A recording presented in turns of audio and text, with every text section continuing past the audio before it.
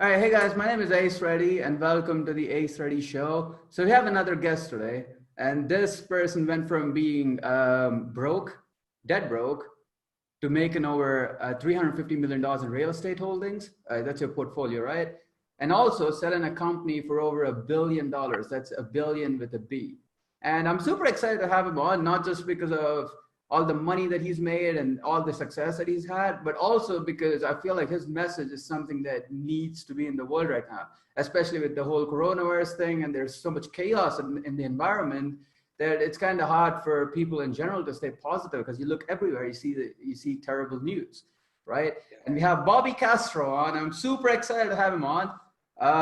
His message is positivity, and he's a person that's always positive. And whenever you look at his videos, you just feel that the person's alive, and he's here, he's alive, and that's what I love the most about him. So all right, so that's kind of like I could keep going on and on with the intro, but I guess that would suffice for now. So let me ask you the first question, right? What was your childhood like, and how did you decide to become an entrepreneur? Awesome. Well, first, thank you for those kind words. And you are absolutely right. I believe life should be all about a good outlook. What you give life is what you'll receive. I can't really explain it. It'll take me a lifetime other than tell you how I feel internally. Forget about the financial rewards I'm so blessed to have because of my efforts, but more so how I feel as a person. And it's taken me a long time to get to the stage where I'm at, because that's what's life. Life is a constant value add, an evergreen, Ace. The more you give value to your life, the more you increase in value. I know that sounds corny, or come on, Bobby, it has to be more than that. And I'm here to tell you, it's pretty much the gist of it. And I come from a beautiful family, a hardworking mom. She's 80 years old today. She had me when she was 27, Ace. And my father, Lewis, was 50. And my father was a mailman in the Bronx, New York. He had 11 kids before he met my mom with a few different ladies. And, we grew up struggling in life. My dad was really very passive, beautiful and kind, never upset, always smiling. But my mother was the pusher, and she was a waitress, 3 full-time jobs raising me before Denny's, what we know today Denny's to be. And you come with a bunch of your friends after maybe a night out, and you go to that graveyard shift, 4 a.m. Well, that was my mom waiting on you. That beautiful person was my mom. And after that, she walked home, Ace, didn't drive because there was no car. We lived close to her places of work because there was no transportation. We were on and off with that. She went home for a few hours and did the same thing at another restaurant, and then did the same thing at night at another restaurant. So I saw my mom growing up like that. We lived on, struggling like a lot of us. We see maybe our family struggling financially. We all have that story. We all have a struggle in our story. I think the only difference is I was exposed to maybe realizing without knowing. I had no idea about the strategy. I had no idea about one day I was going to be this. I just knew it had to be something better than here, because we lived, no exaggeration, every other month. Electricity, the water was off. My mom had no money or credit to buy furniture. We lived on a program called Rent-A-Center. And this is when you rent a coffee table, a bed, and you pay bi-weekly. And I used to see them picking it up, redelivering it. My mom really just working. It bothered me. And something triggered. I was a big introvert, believe it or not. Most people have a hard time believing this. I really didn't speak until I was about 7 years old. I was extremely shy. And it was my mother who pushed me aggressively in a good way. And I left school after the 9th grade. I told my mom, school wasn't for me, Mom. And I think teachers used to get frustrated with me, Ace, because I have a lot of questions. And it takes me a while to catch on. I can't comprehend too quickly. So I used to raise my hand and not be a real sarcastic student. I was just curious because I really didn't understand it. And then they would explain it to me. I raised my hand again. They were frustrated. I was in a school system, public system, and I just didn't like it. And my mom says, go for it, Bobby. I mean, in some way she said that. And from there, my entrepreneur life took place without knowing. I always said I wanted to be rich. I do remember that as a young child. I'm 53 years old now. I have two beautiful children, two beautiful grandchildren. Everyone's healthy. My wife and I will be married 30 years this October 6th. But I always knew I wanted to be rich because we were so poor, and it bothered me because I followed my mother's footsteps in the hospitality, Ace, being a busboy and then eventually a waiter. And when you're a waiter and you're really focused on giving value and giving service, I see my mom do it because she was working for that tip. So I caught on to it without realizing I was catching on to people skills, just being very kind. Even when you don't want to be kind, you're kind. And it became a habit in my life without actually knowing I was building up this habit. And you always have to smile. You always used to see my mother smile in the toughest moments. And later in life, I realized, more so when I'm doing these podcasts, she was smiling for her three boys just to keep that light bill on. She was smiling to her customers, making their experience so pleasant because she was really working for that 18% gratuity. So little by little, I obviously picked up on it. And I just became accustomed of always saying thank you. I've always, even today, I stay at a hotel. I don't care what type of hotel. Before I leave that hotel room, my wife didn't get it when we first got married. I clean the entire room for the housekeeper because it reminds me of my mom. So if you're staying at the Marriott and you see those beautiful ladies in the hallway with all their cleaning carts, I just always remain there to be very humble, because I'll never forget, because I see my mom in that situation, my whole family, brothers and sisters, we are all in the hospitality space. And it's amazing. I see so many people, and a lot of people say, Bobby, man, you got $400 million worth of real estate, you and your wife, you built up throughout the years. We never raised any money, never did any of the syndication stuff, Ace, including that business we just exited for $1 billion valuation, never raised money from investors. How are you so humble, Bobby? And to be honest with you, I don't feel what about the number. I'm more fixated on what I create. So I'm all about legacy. I like giving opportunities. How I was able to build all those businesses wasn't just from Bobby Castro and his magic. It was from other people helping me get there. And I was so handicapped in life that I had no money. The only thing I had, Ace, was myself, and I had to give value like I was a waiter. And when I started that business that I exited for $1 billion valuation, I was actually a waiter at the Rusty Pelican on Key Biscayne in Miami. And I used to wait on people that I used to go to dinner with. It did not bother me because I surrendered to the fact that I kept failing over and over because I was so desperate of making money because we were so poor. I kept fast tracking everything and skipping this amazing process to actually learn to become rich and then eventually wealthy. And I used to set myself up to fail over and over, trying to make it overnight. And I have no internet back then. There was not another Bobby Castro giving me the information. I started waking up at the Don Shula Country Club in Miami Lakes in Florida.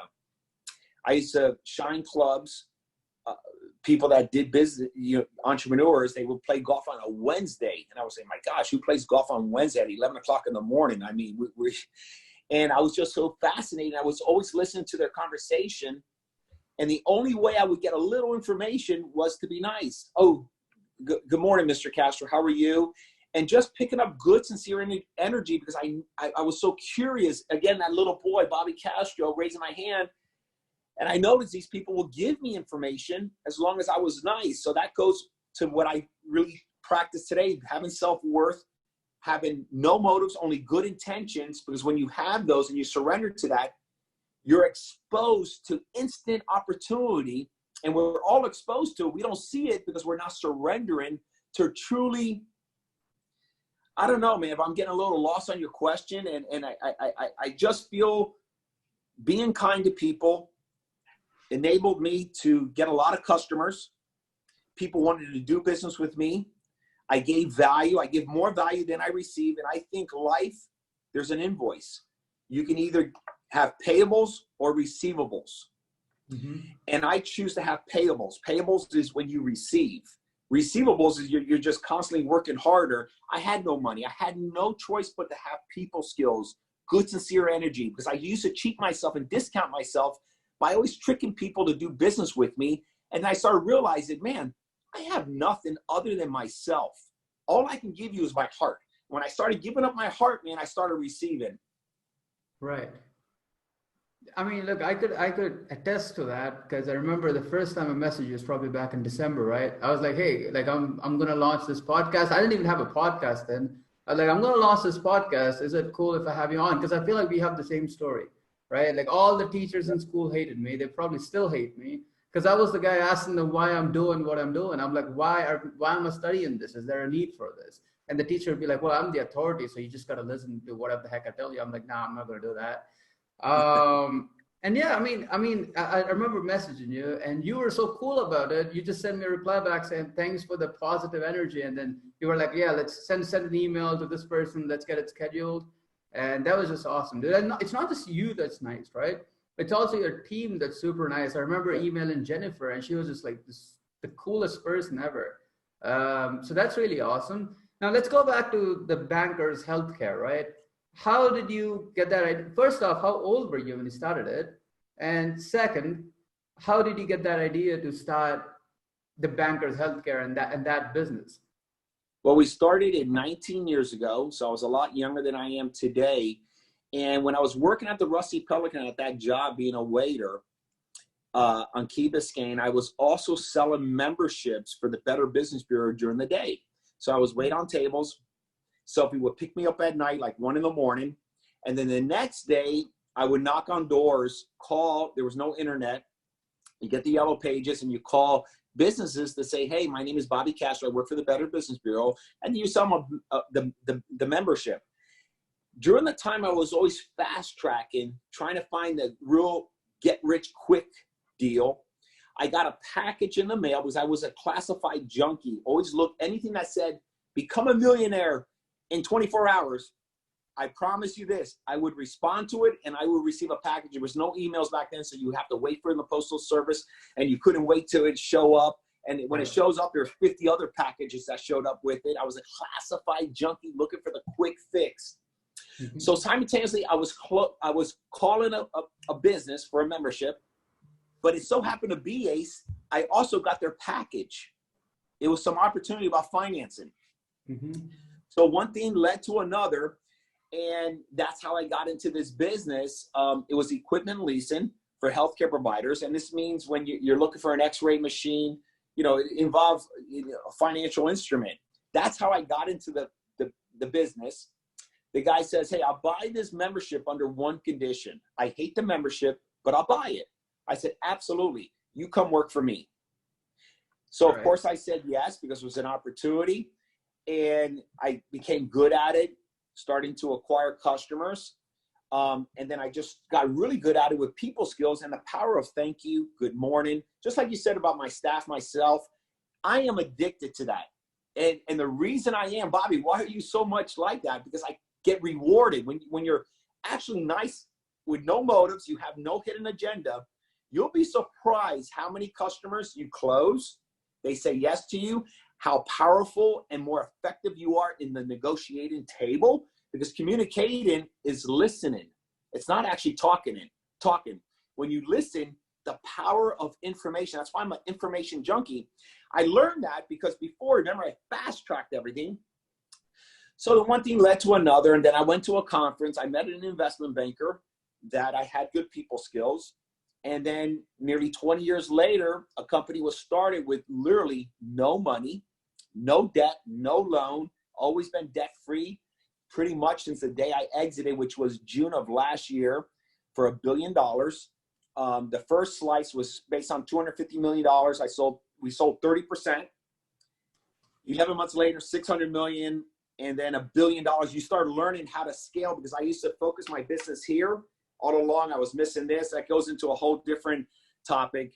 But I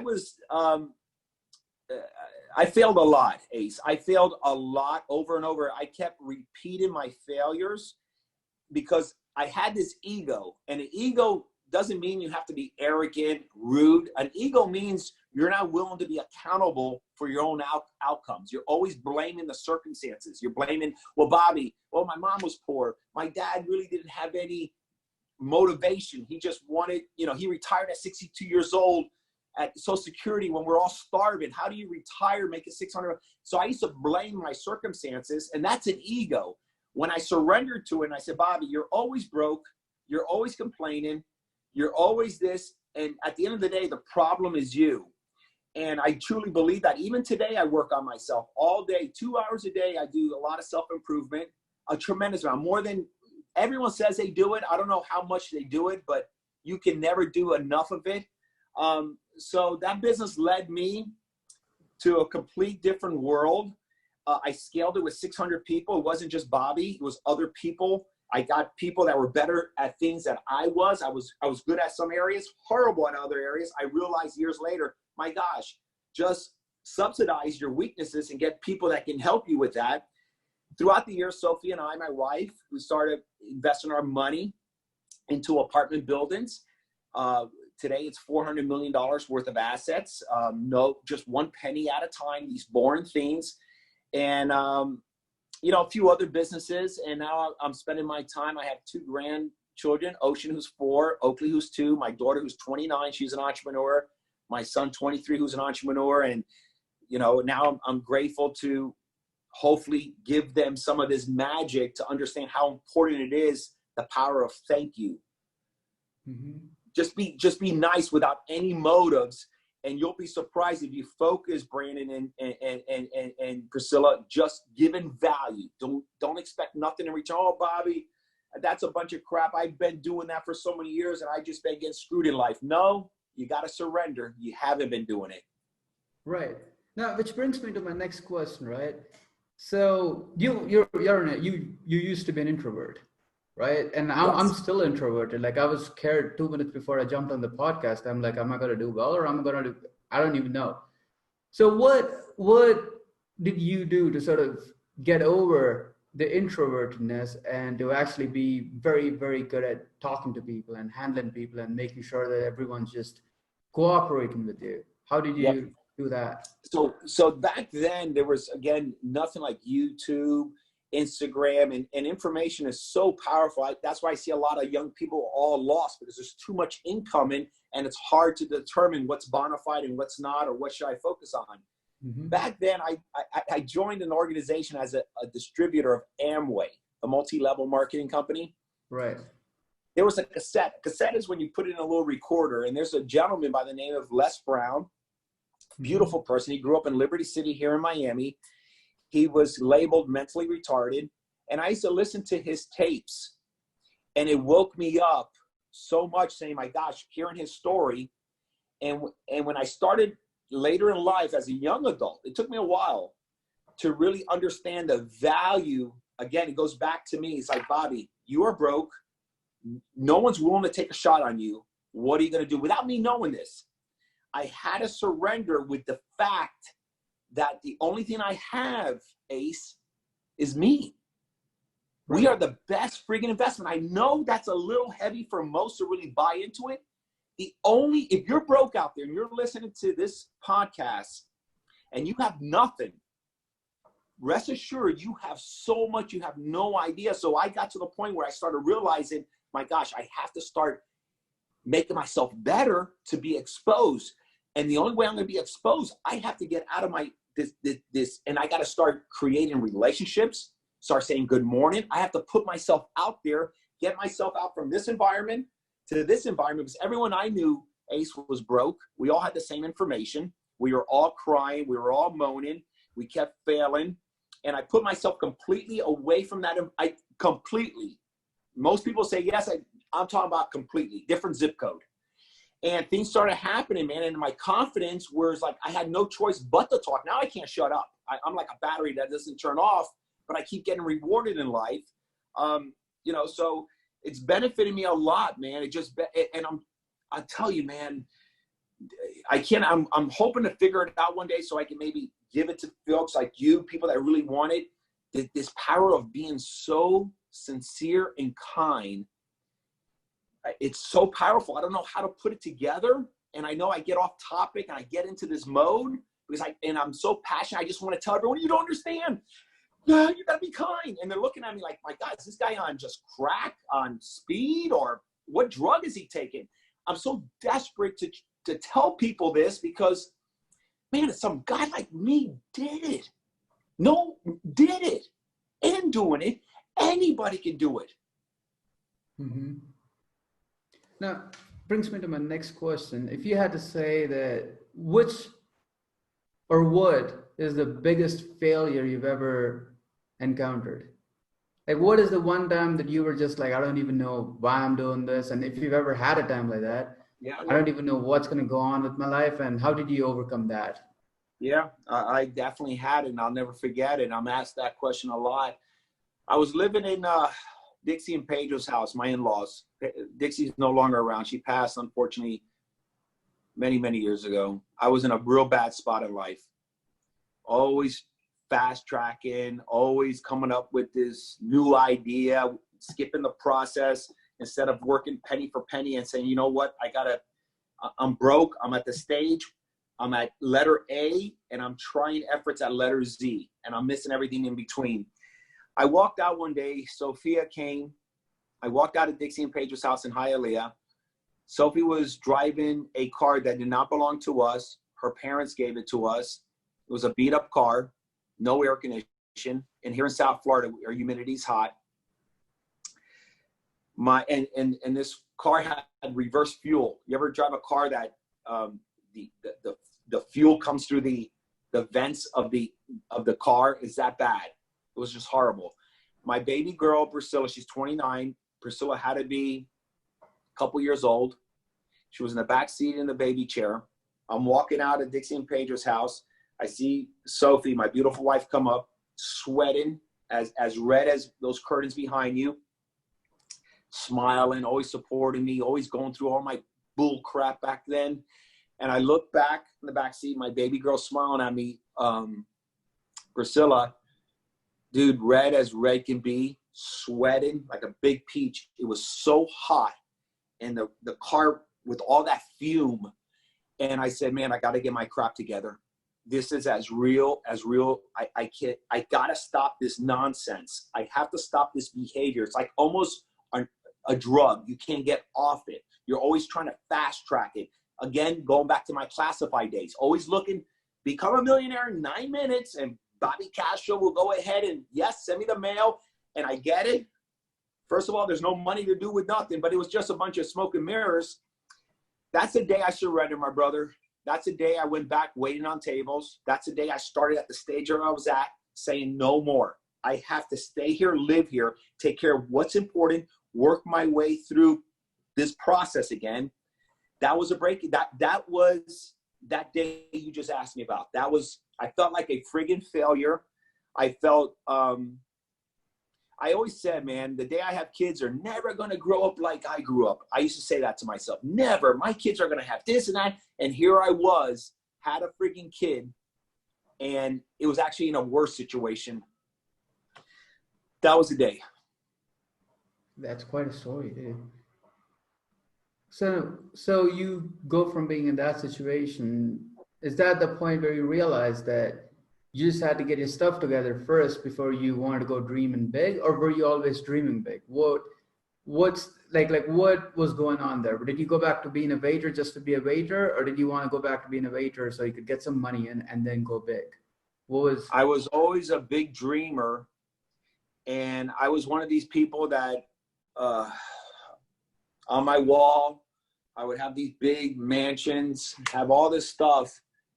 And I kept failing, dude, because imagine this.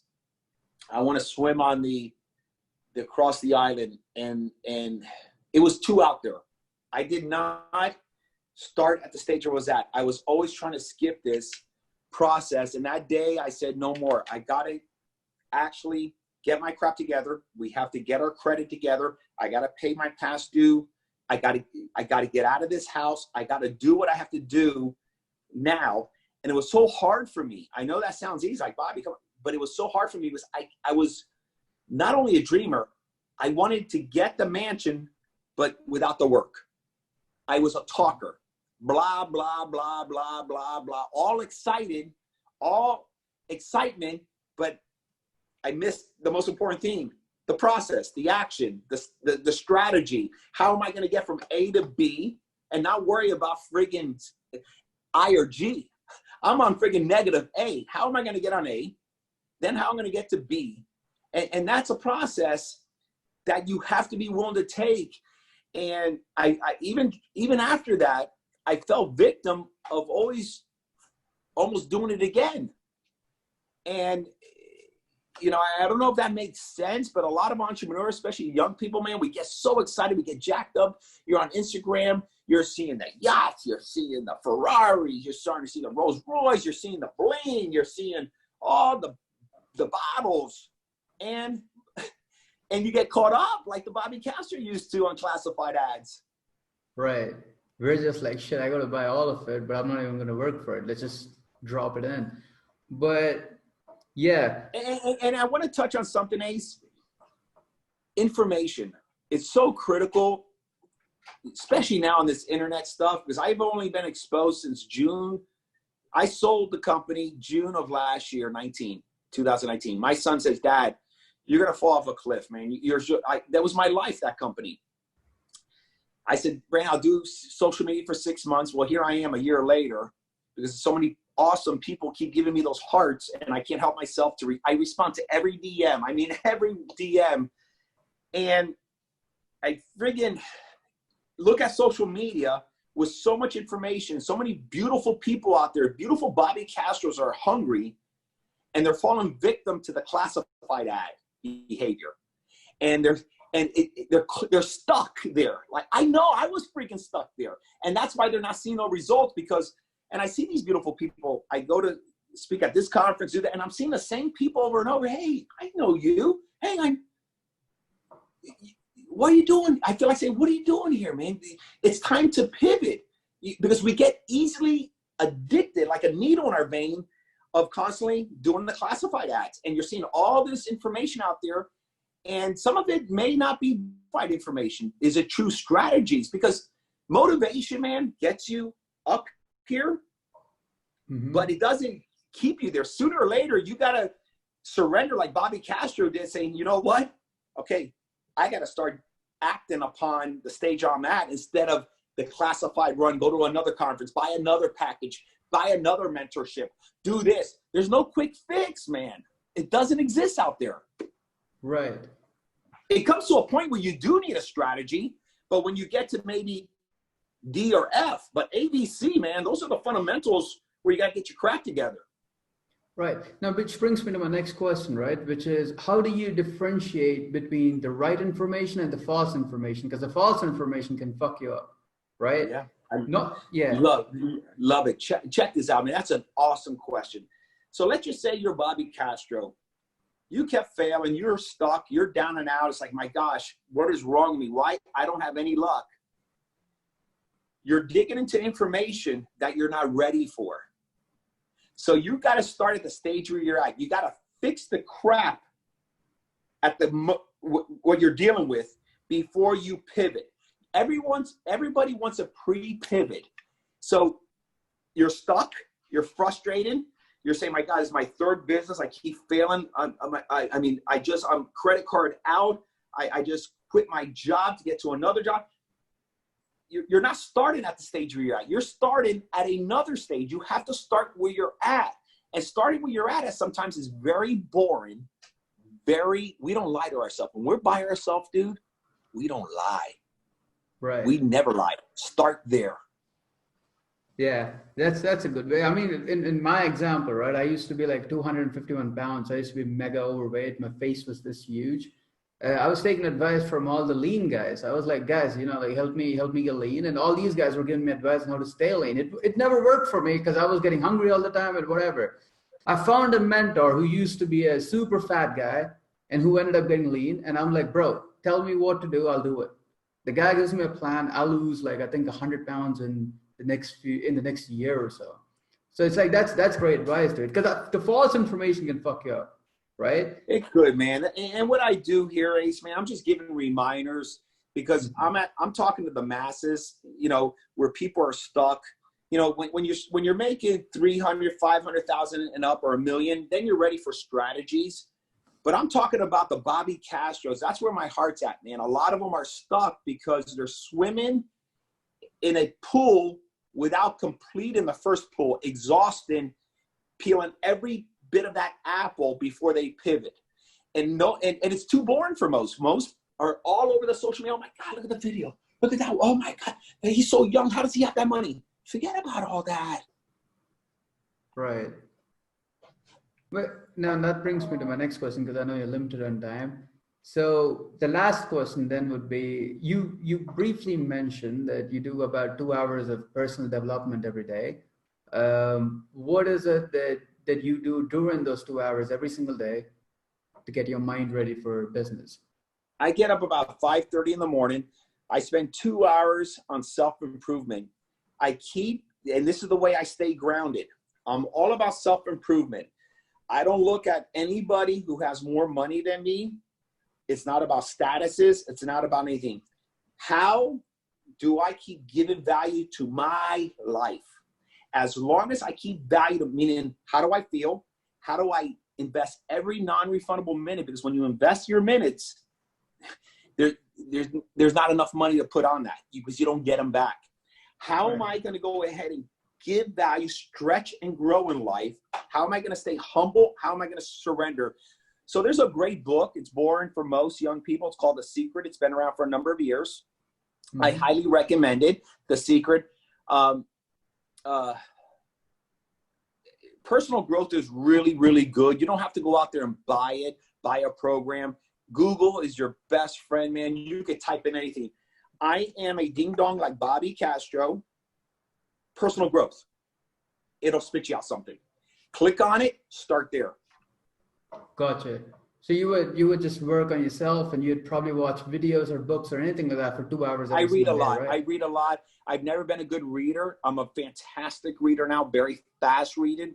I like to read bona fide stuff that's actually going to help me think and be better. And I think it's one of the reasons I'm still grounded and very humble. Because in order to create wealth, Ace, remember this, my brother, you need other people. You can't do it by yourself. And in order to get other people, you have to be a great leader. You have to actually make them successful in order to become successful. Right. Your efforts should be about wealth, not rich. Bobby Castro's efforts was all about rich. I didn't understand the compound effect. It was too boring for me. I understand it now, and that's how I got here. That's awesome, dude. So again, one last question. If you had to go back to the young Bobby Castro and ask him to read one single book, what would that be? The Secret. The Secret? Cool. I'm a big fan of law of attraction. I love giving good energy, sincere energy, because I do believe you attract the energy you receive. A lot of people say, well, Bobby, I wasn't as lucky as you. No, my brother. No. What happens is when you're prepared, when preparation and opportunity meets, magic happens. You got to be mentally prepared and actually see it. This book is awesome. It attracts the right type of energy for anybody. And I tell every entrepreneur, it's too boring for most. I understand. And you got to be in a good state of mind. You got to read it multiple times. Don't go to the audio. You got to read it. And I've talked to a lot of people. I recommend that book over and over. And I had one beautiful young man, you know, Bobby, I just didn't get much out of it. Oh, you weren't there, man. Read it again. You're not ready. Surrender. Well, what do you mean surrender? Surrender to all these distractions, man. You are so distracted that you're like that Bobby Castro classified. I want to get there. Forget about it. That's down the road, man. That it shall come. But first you got to get through this process. Right. Dude, well, thanks for jumping on. This was a great interview. I would love to do another one. I still have more questions for you. So we could maybe anytime, my brother. Ace, you're good people, man. And I loved your energy, and I love the way you've been very kind to me and my staff, and that's what it's all about, man. When you remember, life is a value add. When you give, this is how Bobby Castro did it. When I met people like Bobby Castro, man, it was the same thing. And you start growing, and you become a magnet to opportunities. Yeah, dude. Thanks for jumping on. I know you have a lot of things to do. See you next time, bro. Thanks, Yes, and I'm going to take a picture here because my son's going to kill me if I don't. Awesome. Thanks, man. Much love, my brother. Really enjoyed it. Let's crush it, dude. Thank you, dude. Bye-bye.